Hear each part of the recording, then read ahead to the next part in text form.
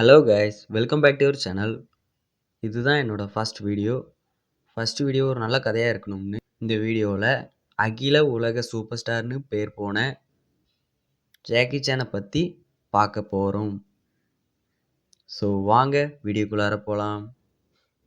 This could be us. So back to what I was saying. Could be us. 1954 April 7 ஒரு குழந்தை பிறகு. அந்த குழந்தை யாருன்னா இந்த கதையோட ஹீரோவான நம்ம ஜாக்கி சான். ஜாக்கி சானுக்கு அவருடைய ரியல் நேம், பேரண்ட்ஸ் வச்ச நேம் சான் காங் சான். ஜாக்கி சான் பிறந்தப்போ அவங்க வீட்டில் ரொம்ப கஷ்டம். அவரை படிக்க வச்சுருந்தாங்க.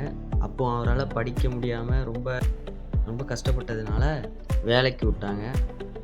ஆஸ்திரேலியாவில் இந்த கட்டிட பராமரிக்கிற வேலைக்கு போனாங்க.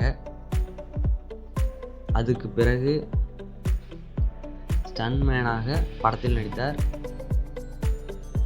ப்ரூஸ்லி கூட இணைஞ்சி enter the dragon, first of fury என்ற 2 படத்தில் நடிச்சிருக்காங்க.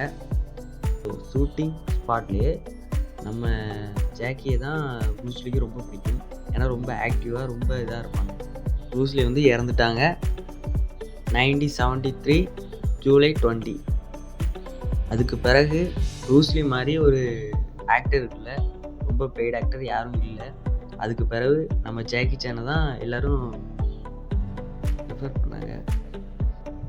ஜாக்கி சான் மூவியில் நடித்தாங்க ஹீரோவாக. அப்படி அவங்க ஹீரோவாக நடித்த மொத்த படம் 150க்கும் மேற்பட்ட படங்கள் இருக்குது. நெட்டில் நீங்கள் ரிசர்ச் பண்ணி பார்த்தா தெரியும்.